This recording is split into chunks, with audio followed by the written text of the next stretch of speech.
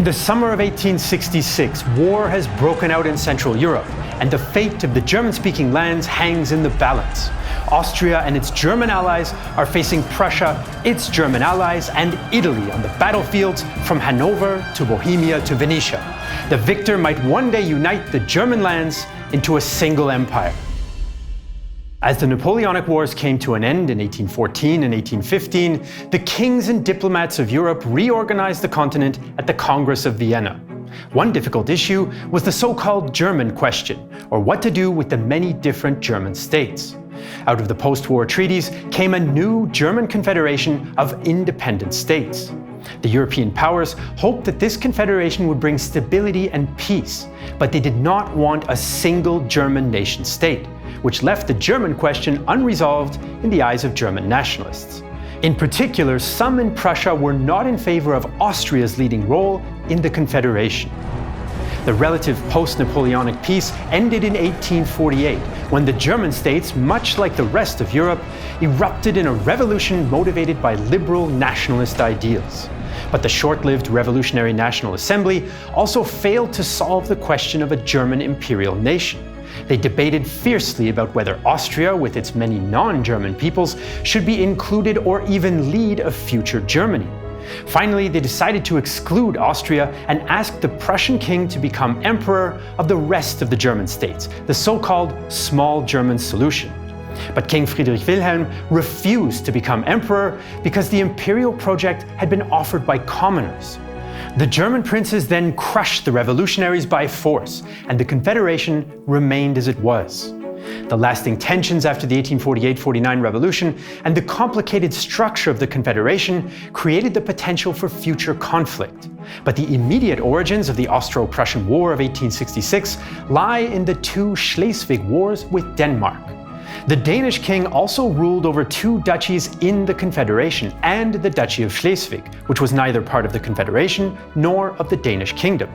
Tensions surrounding the status of Schleswig and Holstein led to the First Schleswig War of 1848 to 1851 between Denmark and the Confederation. The Danes won the war, and the London Protocol established peace. But in 1863, Prussian Prime Minister Otto von Bismarck declares that he wants to achieve German unity under Prussian leadership. He tells the Prussian parliament that Prussia would unite Germany from above after the failed revolution from below in 1848. Germany does not look to Prussia's liberalism, but to its power. It is not through speeches and majority decisions that the great questions of the time are decided, but through iron and blood. Durch Eisen und Blut. The Second Schleswig War erupted in 1864 after Danish nationalists pushed King Christian IX to deepen Danish control of Schleswig in violation of the peace deal. Bismarck could now hitch his aggressive intentions to the German Confederation's decision to march into the Danish duchies and Schleswig. Austro-Prussian forces defeated the Danish army, and the Treaty of Vienna awarded the duchies to Prussia and Austria. In 1864, Prussia and Austria had defeated Denmark, but they soon found that making a lasting peace was harder than making war. In August 1865, the two powers agreed to administer the duchies separately but in consultation. Bismarck is outwardly unenthusiastic about the fragile arrangement, but privately he also sees an opportunity to finally determine whether Austria or Prussia will dominate a future German state. The joint rule over the new territories doesn't go well. Austria wants to combine Schleswig and Holstein into one independent state, but Prussia would only agree if the new state's ruler will accept Prussian influence. Both sides now see war as inevitable, and on April 8, 1866, Prussia makes a secret deal with Italy. If Prussia goes to war against Austria before July 8th, then Italy would join on Prussia's side. Italian forces would help Prussia by tying up Austrian troops in the south, and Italy would receive the province of Venetia from Austria in a future peace treaty. To clear the path for war, Bismarck also hints to French Emperor Napoleon III that if France stays neutral, it might receive some territory west of the Rhine. Bismarck is maneuvering Prussia towards war, but some people in the German states oppose the idea. Liberal lawyer Rudolf von Ihring expresses his concerns in early June 1866. My sense of justice is on the side of Austria. With such shamelessness, such horrible frivolity, perhaps no war has ever been instigated as the one Bismarck is trying to raise against Austria at present. Everyone abhors the struggle here. Germans armed against Germans, a civil war, a plot of 3 or 4 powers against one, without any semblance of law, without the participation of the people, brought into being purely by a few diplomats. Later, Prussian Crown Princess Victoria will write to her mother, Queen Victoria, that she had opposed the war. You know I consider the war a mistake caused by the uncontrolled power of an unprincipled man, that I have no dislike to the poor Austrians in general. Baden student Ferdinand Cohen-Blind is radically opposed to the war and attempts to assassinate Bismarck in May.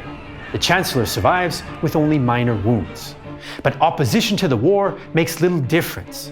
In June, Prussia accuses Austria of breaching their treaty on Schleswig-Holstein. This time, Bismarck uses this manufactured crisis to provoke Austria into turning to the German Confederation's governing body for clarification, which Prussia then interprets as an actual breach of the treaty, since they're supposed to administer the duchies without outside influence. Prussian troops march into Holstein on June 10th, an open violation of federal law. Austria withdraws its units as it does not want a war, but then Bismarck proposes that the German Confederation exclude Austria. Finally, the Austrian Emperor reacts just as Bismarck had hoped. On June 14, 1866, the German Confederation declares war on Prussia for breaking Confederation law. The northern German states mostly join Prussia, while the southern German states remain loyal to the Confederation. The Austro-Prussian War for supremacy in a future Germany, known in German as the German War and in Italian as the Third Italian War of Independence, has begun. Over the next 6 weeks, the iron and blood will spread to 4 separate fronts over much of Central Europe. The Austro-Prussian War of 1866 sees heavy fighting in Habsburg Bohemia, along the Main River, in Hanover, and along the Austro-Italian border. But first, let's take a look at the armies that went to war in the summer of 1866. The Prussian army is nominally under the command of King Wilhelm I, but the actual commander is Chief of the General Staff Helmut von Moltke. Prussia's General Staff is unique and is far ahead of its rivals in the scientific and administrative organization of war making. The Prussian officer corps is professional, but the rank and file are trained conscripts. Many Prussian troops saw action in Denmark in 1864, but on the whole, their army is much less experienced than Austria's. Austria's troops are also conscripts, but its officers and veterans have seen fighting in 1848, 1859, and 1864. Despite this, the army's multilingualism poses a challenge to effective communication. Austria's northern army in Bohemia is commanded by Feldzeugmeister Ludwig von Benedek on the instructions of Emperor Franz Joseph. Benedek is competent but hesitant, perhaps because he understands the technological inferiority of his own army. The government was in the process of modernizing the military, but progress was limited by budget cuts. To take a look at the difference in Austrian and Prussian infantry firearms, we asked Jonathan Ferguson from the Royal Armouries to show us some guns from their collection. Hi guys, I'm Jonathan Ferguson, Keeper of Firearms and Artillery for the Royal Armouries Museum here in the UK. Very happy to be asked to show you a couple of the firearms from this particular conflict. First up, we have the Austrian Lorenz. Now this is, on the one hand, pretty conventional stuff, but we have to think about the time frame here. So this was introduced in 1854, so the model 1854 is the original incarnation. This example from our collection is actually the model 1862. We won't go into the minutiae of that, except to say that the lock is improved. It's a bit more like the Enfield P53 rifle musket, if you know that at all. And the barrel is made of steel rather than iron. Now, there's a sort of rabbit hole there about nitrocellulose propellant, the experiments that were going on in Austria that didn't really pan out. So, as far as I'm aware, the steel barrel is a little bit of a red herring. But this is the 1862 improved model, which would have been in at least some use by the time of this particular conflict. Overall, it's a percussion rifle musket, by which we mean muzzle-loaded. Well, it's long, first of all. Muskets tend to be long because they are handles for a bayonet, importantly. But it also indicates that it is loaded at the muzzle with a prepared paper cartridge, but with a separate cap on this nipple here. So you can really think of this very much as the Enfield 1853, the Springfield 1861. It's that level of technology. So by 1866, this is far from old hat. This is still pretty much the cutting edge. It's just that it looks a little bit primitive in respect of its muzzle loading, not breech loading. So that leads me to the other type that we're going to look at, which is the Prussian needle rifle. Needle gun is commonly the translation of Zündnadelgewehr. Apologies to my German-speaking, our German-speaking viewers. But really, it is a rifle. So in English, we would always insist on calling it a rifle, not a gun. So needle rifle, or in British parlance, a needle prime rifle, which is a weird one.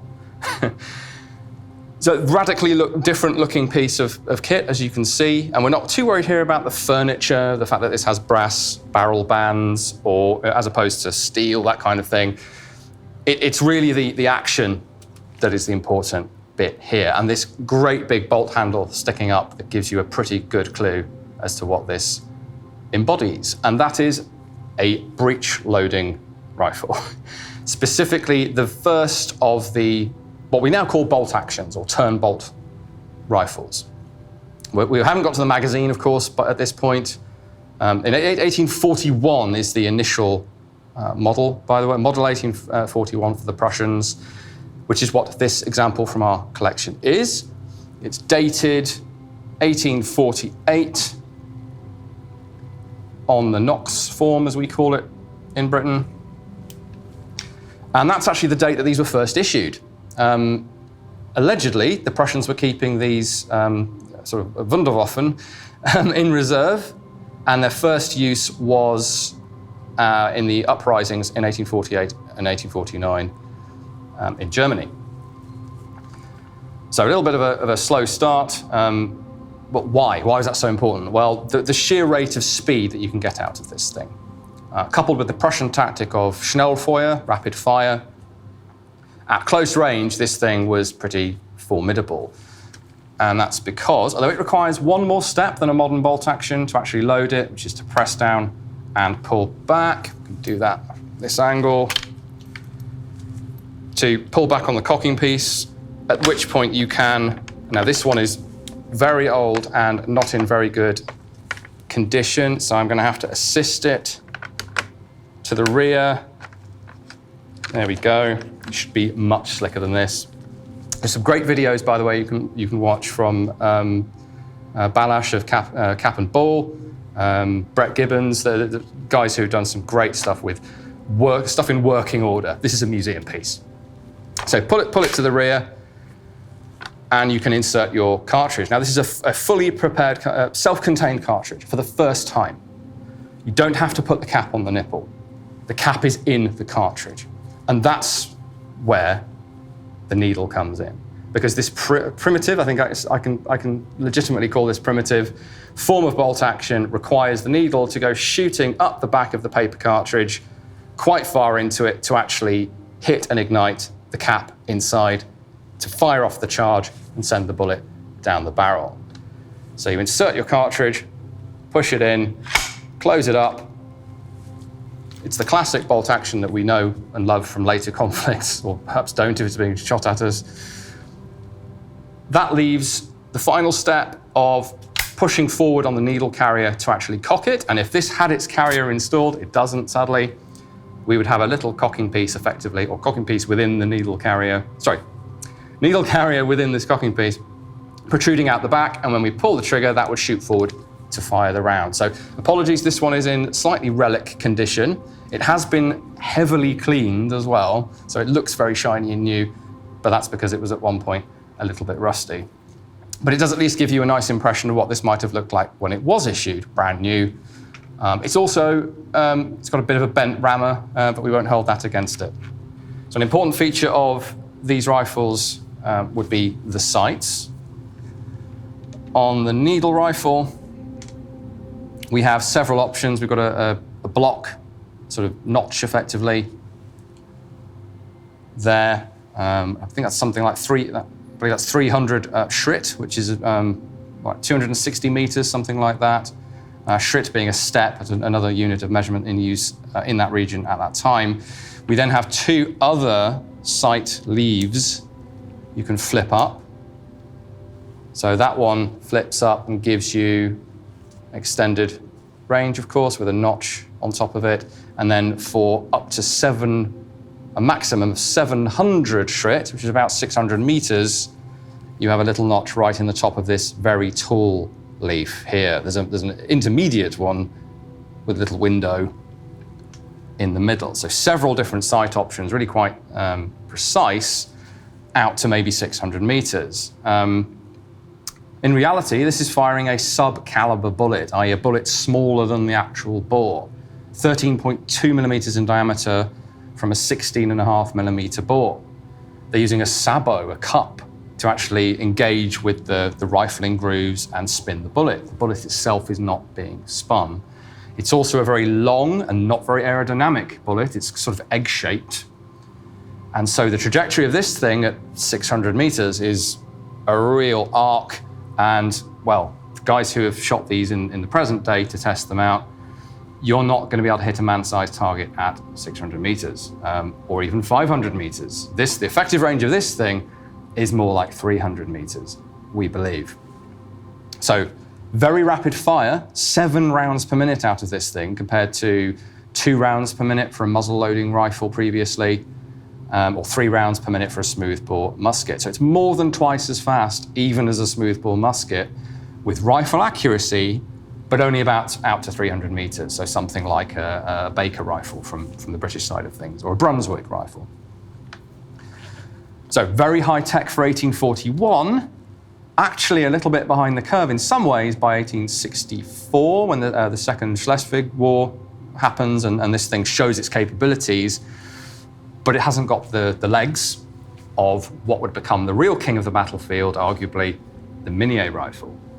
Whereas the Lorentz, by 1866, is using a Minié pattern bullet. The Podevils bullet is basically a Minié bullet, expands at the base, so it physically fits the grooves of the rifling, and this thing will take you out to 500 meters effective range.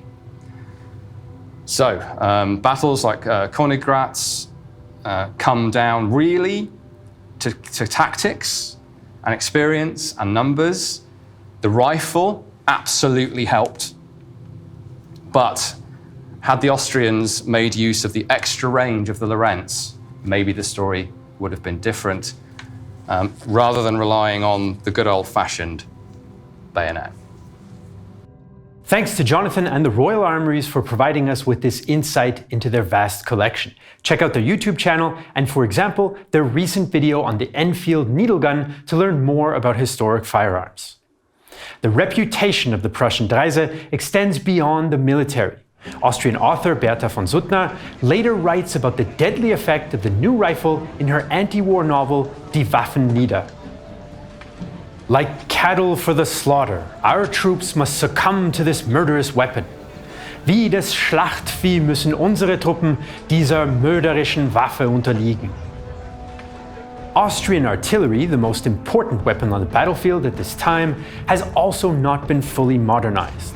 The bronze-barreled muzzle-loading Austrian M1863 field gun is superior in range and penetrating power, but the steel breech-loading Prussian C64 4-pounder guns can fire much faster at 10 rounds a minute. Even so, of 870 Prussian guns, 35% are older smoothbore guns that are inferior to the Austrian M1863. These modern industrial weapons bring a gruesome lethality to the battlefield, as described by one Austrian witness. I see a horseman at some distance behind me, next to whom a shell bursts. The man is still sitting in the saddle. but a shell fragment has torn open his abdomen and all his intestines. His upper body is only held together with his lower body by the spine. From the ribs to the thighs, one big bloody hole. Austrian commanders also still believe in some outdated methods of war because they misinterpret the lessons of the Sardinian War of 1859, like mass bayonet charges they call Stoßtaktik. Benedek is among those who resist the idea of a Prussian-style general staff. I conduct the business of war according to simple rules, and I am not impressed by complicated calculations. So an experienced Austrian army hampered by budget cuts and outdated ideas of command faces a modern but mostly untested Prussian force. The most dramatic clash between the two takes place in Bohemia. At the start of the war, many observers predicted that Austria would prevail, including Prussian writer Friedrich Engels. If the Prussians refused to be beaten in the first great battle by the superior leadership, organization, tactics, and morale of the Austrians, then they certainly are of different mettle from that which a peace army of 50 years standing may be expected to be. Austria and Prussia adopt opposing strategies at the start of the war. Moltke decides that the best defense was a good offense and planned to take the war into Austrian territory. The Prussians move their three armies quickly and precisely along the railways to the border between Saxony and Austria. The three Prussian armies bearing down on the Austrians are the 93,000-strong First Army under Prince Friedrich Karl, the Second Army under Crown Prince Friedrich Wilhelm with 115,000 men, and the Elbe Armee under General Karl Eberhard Herwarth von Bittenfeld with 46,000 men. Once they reached the railheads, the armies were then to continue on foot and meet up in northern Bohemia. This plan later became known as Getrennt marschieren, vereint schlagen. March separately, strike together. And not all Prussian officers supported it. It did make the most efficient use of the rail and road network, but it also depended on stable communication between the Prussian units while they were on the move, and on the Austrians reacting as the Prussians hoped, two very uncertain factors in war. Emperor Franz Joseph wants the 247,000 troops and 24,000 allied Saxons of his northern army to take the offensive, but von Benedek prefers a wait-and-see approach. So in the end, the northern army does neither. It takes pressure from the Kaiser himself for Benedek to move them north towards Josefstadt, and they leave only one corps to defend the important line of the river Jizera. As the Austrians dither, the Prussians ride the rails south, a novel experience for most of the men. Once they leave the trains and begin to march on foot, for many conscripts, the adventure turns sour. Captain Hans von Kretschmann of the 2nd Magdeburg Infantry Regiment No. 27 writes his wife Jen about the summer heat. In Liebwerder, 3 people collapsed and died, and in the military hospital, there were rows of men being treated with ice packs on their heads. Despite the heat, on June 16th, the Elbe Armee invades Saxony. Lacking Austrian support, the Saxon army vacates its own kingdom without a fight and joins parts of Benedek's army in northern Bohemia, and the 3 Prussian armies follow. The march does not get any easier, as Captain von Kretschmann writes to Jen. We have hard days, terrible marches, uphill, downhill. Our rations are poor, as the Bohemians have abandoned their villages, destroyed their wells, and led the cattle into the woods. The 3 separate Prussian armies also have trouble with communication. Moltke's orders from Berlin are often delayed, so field commanders make decisions on the spot. This leads to the First Army falling behind schedule and not making the rendezvous point with the other 2 armies at Glichin. Meanwhile, the last 6 Austrian corps reach Josefstadt on June 26th. The same day, advanced units of the Elbe Armee clash with parts of the Austrian First Corps at Hühnerwasser, near the river Isar. Austrian journalist Hans Wachenhusen has low expectations of First Corps commander Eduard Graf von Clam-Gallas. Clam-Gallas is a general to whom, since he is said to have had the habit of eating breakfast twice, I would not want to hand over the command of a field sentry. The journalist's doubts are borne out as the first clash leads to an Austrian retreat. The Austrian First Corps now starts to move towards Josefstadt to link up with the rest of the army, because Clam-Gallas doesn't yet know that Benedek has ordered the river to be held at all costs. When Benedek's telegram eventually arrives, 6 Austrian battalions of the Poschacher Brigade about face and march back towards the river positions they'd just left, only to find that their own comrades have destroyed the bridge that they intend to cross. The troops are experienced Slovaks and Hungarians who fought in Denmark in 1864, but when the Prussians arrive, they open up a devastating fire with their needle guns, forcing the Austrians back. The two clashes cost 400 Austrian and 80 Prussian lives. On June 27th at Trautenau, 15,000 Prussians run into 25,000 Austrians, and the Austrians are able to temporarily hold their positions in what turns out to be the only Austrian victory over Prussian forces in the war.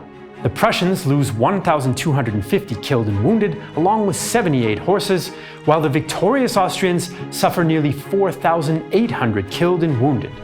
A Prussian soldier attests to the blurring of the line between civilians and active combatants that would become an even more important aspect of modern war in the subsequent Franco-Prussian War and into the 20th century. In Trautenau, citizens shot at us from their windows and poured boiling water and oil over us. This claim, of course, is difficult to prove or disprove. At the same time the Austrians are stopping the Prussians at Trautenau, the Prussian 5th Corps meets the Austrian 6th Corps at the Battle of Nachod. Both formations contain large numbers of ethnic Poles who fight each other on behalf of the conquerors of the 18th century Polish kingdom. The fighting is particularly fierce in a church, a scene that Westphalian soldier Detlev von Lilienkron writes into his later novel. One of my recruits was always beside me. Then, through all the noise, I hear his voice. Herr Leutnant, where are you? Someone clutches my left hand tightly. It's my little recruit holding on to me. A shot from the side has taken both his eyes away, but already his hands are loosening. The fingers let go, become rigid, remain bent, and he sinks into a pool of blood. The churchyard is ours, hurrah! The Battle of Nachod costs Austria 5,000 killed and wounded, along with 2,500 prisoners, while the Prussians lose 1,100 men and 220 horses. It ends in a bloody Prussian victory that secures the Prussian Second Army's breakthrough into Bohemia. Farther east, the Prussians are worried about an Austrian attack in Silesia, even though the Austrians have no such intentions. So some Ulan cavalry and 2 companies of Silesian infantry launch a preemptive attack on local Austrian forces near the small Polish-Austrian town of Auschwitz.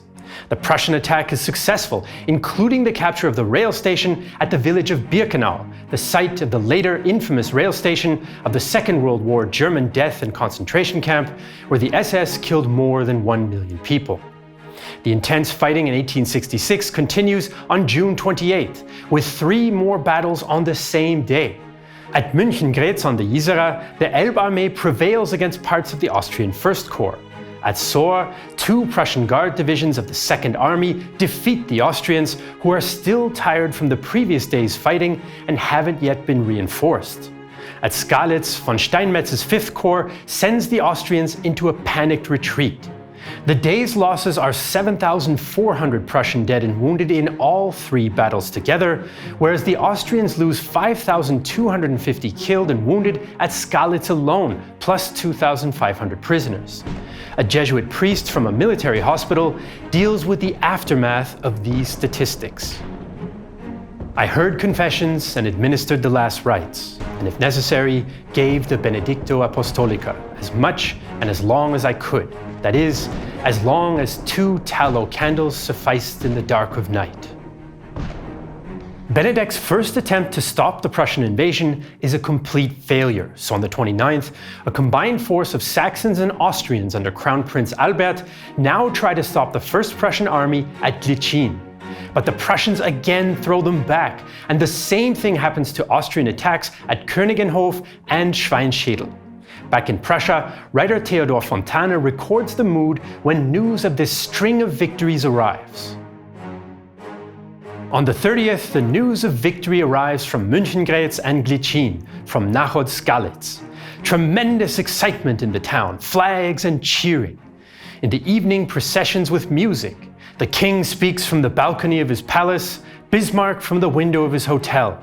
At the same time, quite a strong thunderstorm. By the end of June 1866, the Prussian offensive in Bohemia is going well, and the Austrians are in full retreat. There's still not been a decisive battle, but that is about to change. As Prussians celebrate their victories in the opening battles of the campaign, the Austrian High Command is in a state of shock. The Northern Army has suffered around 30,000 casualties so far, which prompts Benedek to telegraph to Vienna on July 1st. His message is simple. Bitte Euer Majestät dringend jeden Preis den Frieden zu schließen. Katastrophe für Armee unausweichlich. Urgently request Your Majesty to conclude peace at all costs. Disaster for the army inevitable. Kaiser Franz Josef's reply is short and sharp. It is impossible to make peace. I order, if inevitable, to retreat in the greatest order. Has a battle taken place?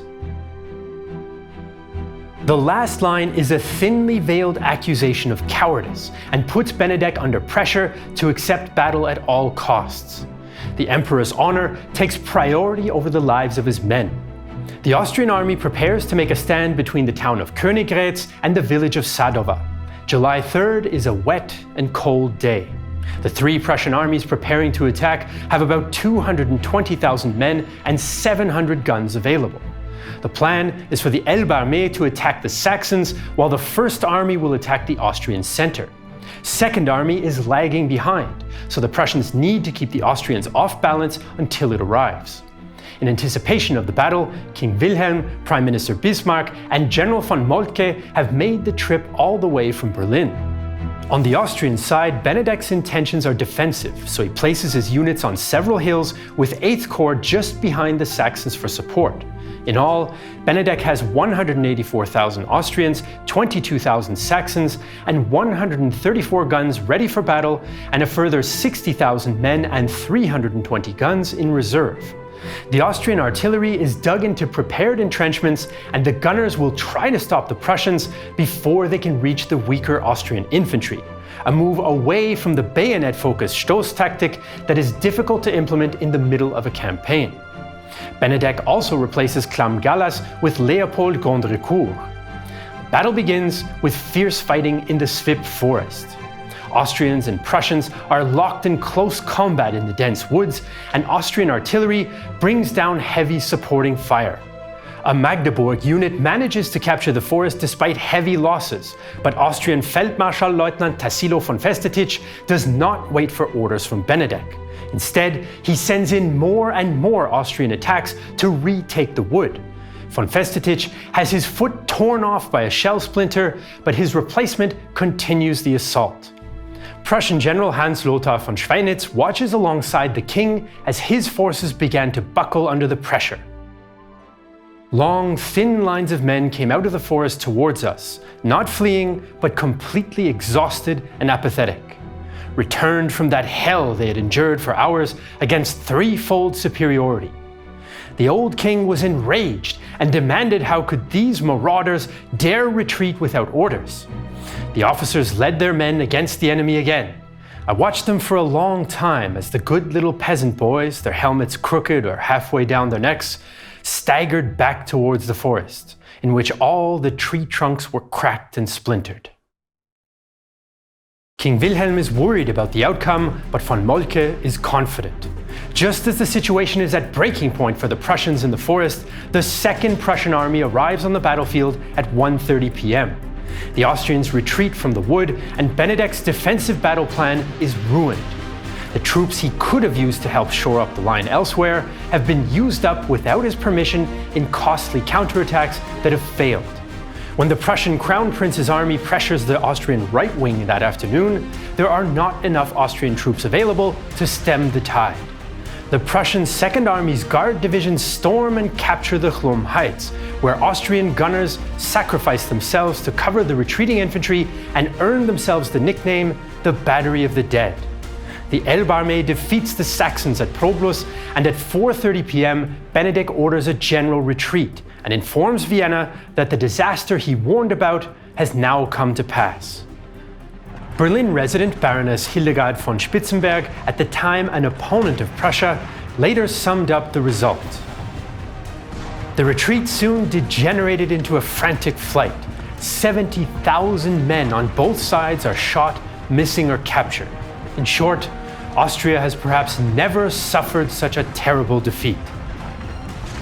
The Prussian victory comes as a result of better tactics, better command and control, and also their superior rifles, although Friedrich Engels and others exaggerate the effect of the needle gun on the outcome.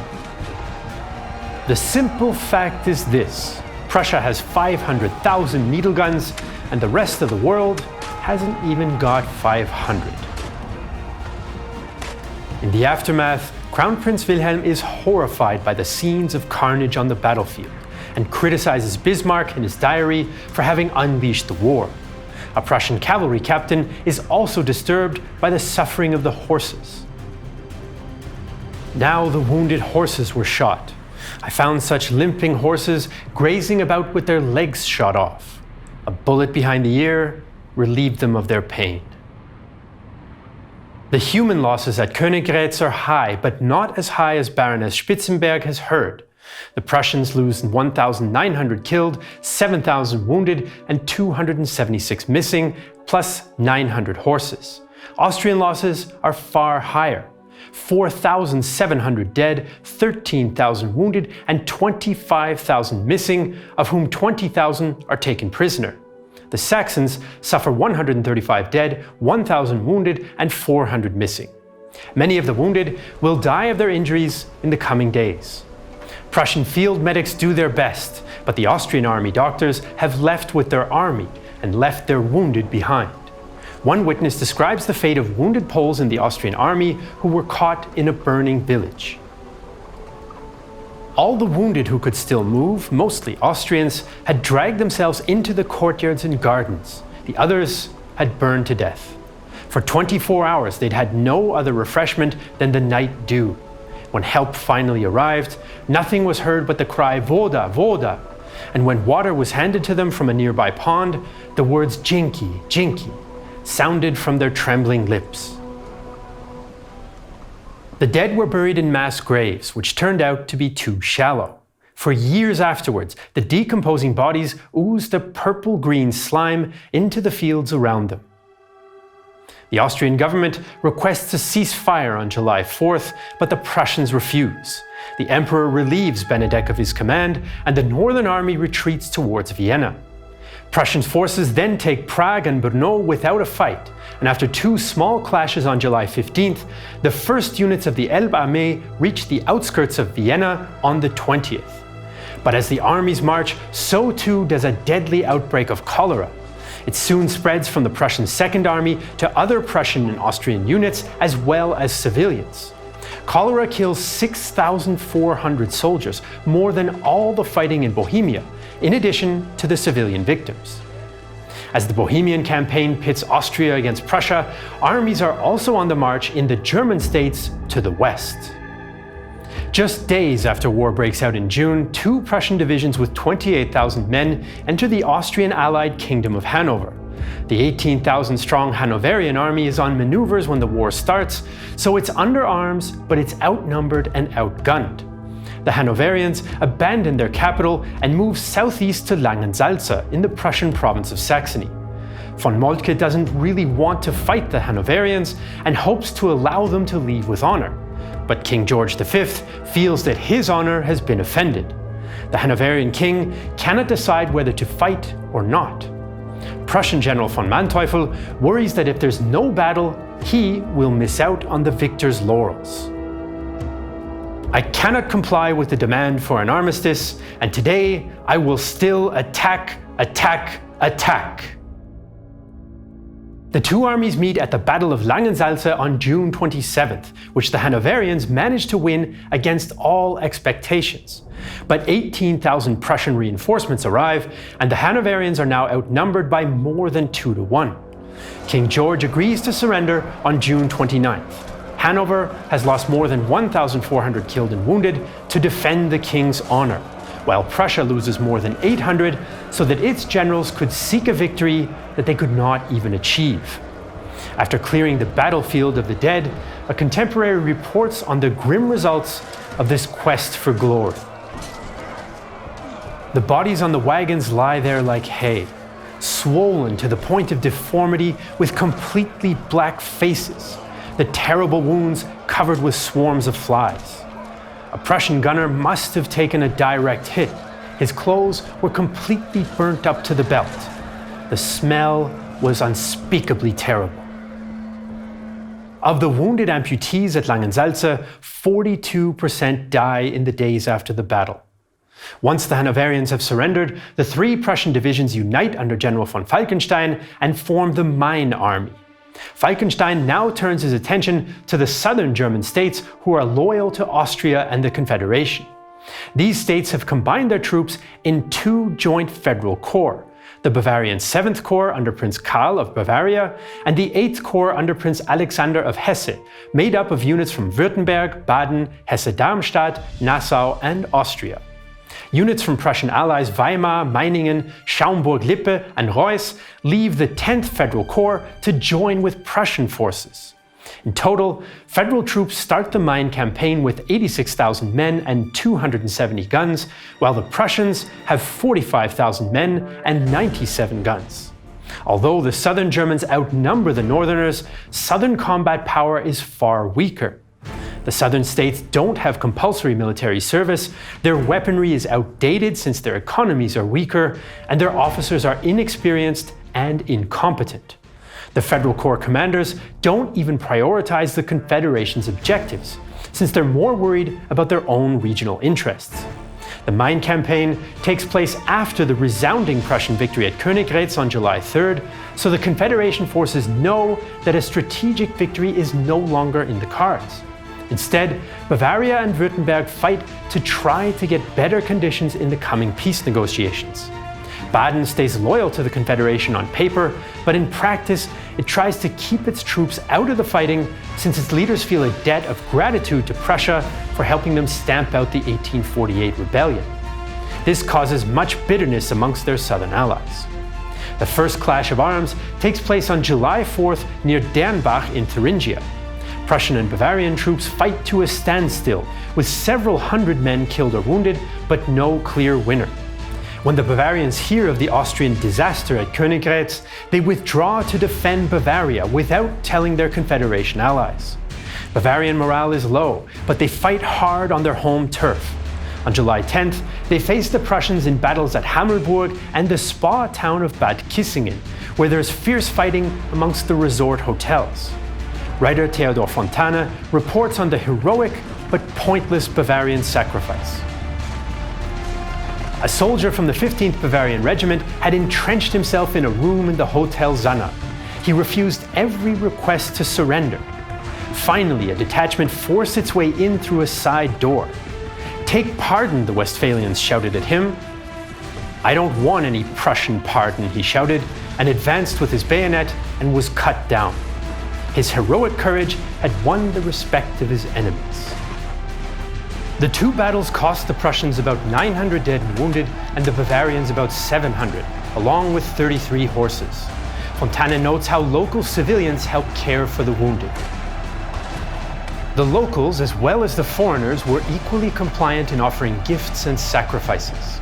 The resort guests of all nations, especially the ladies, competed to ease the suffering of the unfortunate to the best of their ability.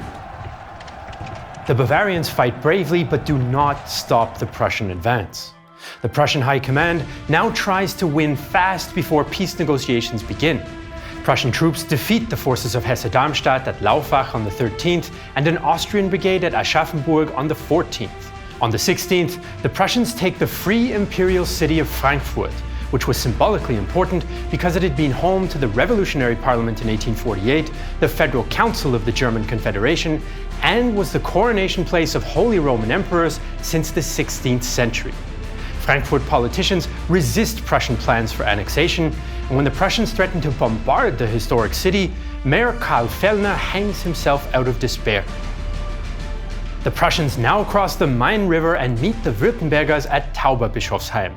The Southerners have artillery superiority, but their inexperienced officers try to take a bridge by ordering 5 suicidal bayonet charges straight into Prussian rifle fire. Nearby, Baden units simply abandon their fight against Prussian allied Oldenburg Hanseatic forces, which forces the Württembergers to retreat. On July 25th and 26th, the final battles of the Main Campaign see the Prussian Main Armee fight the Bavarians at Helmstadt, Oettingen and Rossbrunn. Bavarian troops repulse Prussian cavalry in the final engagement, which does little to influence the war as a whole, although each side loses about 900 men. A fresh Prussian force now advances into northern Bavaria, which brings an end to southern resistance. Prussian units march into the Bavarian capital of Würzburg on August 2nd, much to the chagrin of the local newspaper. Der Hass gegen die Preußen ist mit jedem Tag stärker hervorgetreten. The hatred against the Prussians grew stronger with each day, which must be attributed in particular to the overconfidence of the Prussians, who always and at every opportunity boasted of being the victors over the Bavarian troops. While Prussian arms carry the day in Bohemia, Hanover and on the Main, Italy keeps its word and opens up a second front against Austria with unexpected results. The Kingdom of Italy had united out of many smaller states in 1860 after a series of wars. Rome sees the current war as a chance to gain the mostly Italian-speaking Austrian province of Venetia for the new nation-state. Bismarck wanted Italy to join to make sure that Austrian forces are split, even though von Moltke has doubts about Italian effectiveness. The Austrian General Staff history later takes a less than charitable view of its enemies. Let us not forget that Prussia had a great ally far to the south, destined to seize Austria in the rear, while the latter was to fight in her German front to protect the whole of Germany from Prussian rape. Italy was a much weaker military power than Prussia or Austria, but Austria had to keep most of its army in Bohemia and the southern German states. So Italy assembles 2 armies to march on Austria. The army of the Mincio under General Alfonso La Marmora with 190,000 men, 21,500 horses and 280 guns, and General Enrico Cialdini's army of the Po with 123,000 men, 11,000 horses and 170 guns. Revolutionary Giuseppe Garibaldi also raised a voluntary force of 35,000 men, 665 horses and 40 guns. Defending Austrian Venetia is the outnumbered southern army under Archduke Albrecht, which has 190,000 men, 21,000 horses and 250 guns. The Italian plan is for the army of the Mincio with King Vittorio Emanuele II in tow to move into South Tyrol, while the army of the Po will invade Venetia. The Austrians use the protection of their quadrilateral system of fortresses and attempt to cut off the Italians, which results in the Battle of Custoza on June 24th, the same place where the Austrians defeated the Italians back in 1848. The fighting begins with an undisciplined, unplanned Austrian cavalry charge that costs the Austrians dearly, but it also paralyzes parts of the Italian army. The fighting then swings back and forth all day. Tactically important high ground changes hands several times, gaps open up on both sides, and officers in both armies fear that they are losing the battle. Every action is fiercely contested, like one incident that Austrian Captain Alexander Hold reports. Under cover of the crops, a battalion of bersaglieri scaled the terraces of Monte Cricol and approached an Austrian battery which had no supporting infantry. Its commander saw the danger and ordered the men to limber up. However, 2 guns were late in doing so, and the bersaglieri sprang at them, grabbing the drivers' feet and the horses' harnesses. But the drivers beat the bersaglieri's heads with whipstocks and then drove furiously down the steep slopes to the rear. Finally, in the late afternoon and evening, the Austrians are able to exploit the confusion and drive the Italians back for good. La Marmora is dismayed and says the defeat is even worse than the one from 1848. The Austrians win a defensive victory by stopping the Italian invasion, but it's costly. Austrian losses are 6,500 killed and wounded, along with 1,500 prisoners, while the Italians lose 4,100 killed and wounded and 4,000 prisoners. An Italian illustrated magazine later reports on the carnage. Few people have had to see a battlefield after the fighting. We have just seen one. It will be a source of sad reflections for the rest of our life. The Austrian and Italian navies also clash in the only major sea battle of the war, off Lisse on July 20th. The Italian navy is more modern than the Austrian, but Austrian Vice Admiral Wilhelm von Tegethoff achieves an improbable victory when he orders his warships to simply ram their superior Italian opponents. Lisse becomes a fixture in patriotic Austrian school textbooks until 1918, with breathless descriptions like this. At Tegethoff's shout of "Who'll get the flag?" helmsman Katzowitsch rushed forward with other men, seized the tricolor, and while fierce gunfire was being maintained, fastened it to a cleat. When the two ships separated, the Italian flag was left behind as a trophy. But despite later propaganda, victory on the waves does not have a decisive impact on the war for Austria. The day after Lisse, on July 21st, the Italians do achieve a minor victory near Lake Garda. Garibaldi's forces defeat the Austrians, but the Italian authorities prevent him from exploiting the victory because armistice negotiations have already begun. The Prussians are triumphant in Bohemia, Hanover, and on the Main, while the Austrians are victorious against Italy. Still, Austria recognizes it is beaten and sues for peace. The Austro-Prussian War comes to an end on July 26, 1866, with the preliminary Peace of Nikolsburg. Otto von Bismarck negotiates with Austrian representatives Alois Karoli and Adolf von Brenner-Felsach, but there are internal Prussian disagreements about what to demand. Bismarck wants to offer Austria a mild peace not to fully alienate them in the future, and proposes that Austria cedes Venetia to Italy and that there be no triumphant Prussian march into Vienna. King Wilhelm and the General Staff very much want a victory march in the enemy capital, but Bismarck gets his way by throwing a temper tantrum. He even thinks about jumping out the window. And he also threatens to resign and convinces the Crown Prince of his views. Bismarck paraphrases the king's response in his later, rather one-sided memoirs. Since my prime minister has abandoned me before the enemy, and I am unable to replace him here, I have discussed the question with my son, and since he has agreed with the prime minister's view, I am forced, to my sorrow, after such brilliant victories for the army, to bite the bullet and accept such an ignominious peace. The eventual final peace terms at the Treaty of Prague and Treaty of Vienna do of course still favor Prussia and Italy.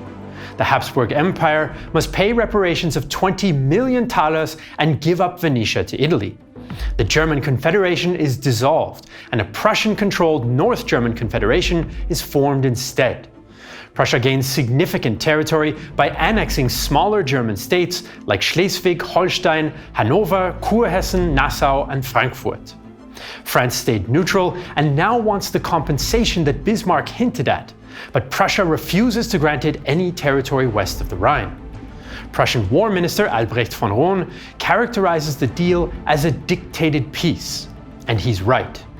Meanwhile, Prussia also imposes peace treaties on the southern and central German states with a view to future war and nation building. These treaties obligate Bavaria, Württemberg, Baden, and Hessen to support Prussia and accept its leadership in case of a future defensive war. But Bismarck's long-term goal is to bring them closer to Prussia and eventually into a future united Germany.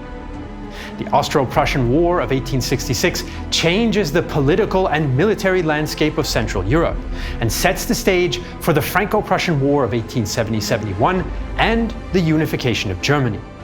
Austria is no longer the leader of the German states, and its weakness accelerates internal changes.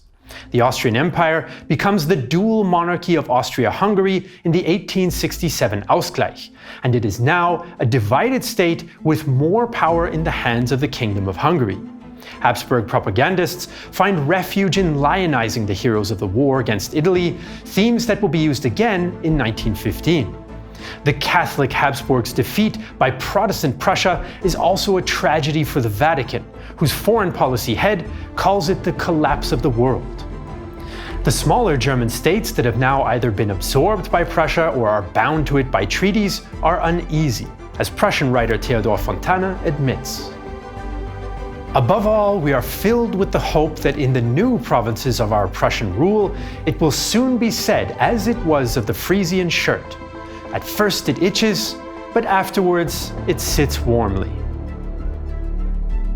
Prussia is a changed nation after its victory. Bismarck is now the undisputed dominant figure, confirmed by the elections that take place on the very day of Königgrätz. Even some former Bismarck critics, like Rudolf von Ehring, are now swept up in patriotic hero worship. What an enviable lot that we have lived to see this time, this turning point in the history of Germany. For such a man of action, I would give 100 men of liberal sentiment, of powerless honesty. With Austria out of the picture, Prussia now dominates the North German Confederation and has the southern German states firmly tied to it with a view to a future small Germany or Greater Prussian Empire. With Prussian liberals weakened, the conservatives are able to force through compulsory conscription, which means that along with the southern alliances, King Wilhelm I of Prussia now commands the largest army in Europe. And it's an army that will soon be on the march. We'd like to thank NordVPN for sponsoring this video. NordVPN is one of the leading VPN services out there, and they can make my internet life a lot easier. My work for real-time history means that I travel regularly. And if you're also away on business, you also know how useful it is to take the convenience and security of your home network with you. NordVPN allows exactly that. Use your business logins on the road with ease, stream your favorite content without getting geo-blocked, and get a whole suite of other useful security measures that make your online life easier and safer across all your devices.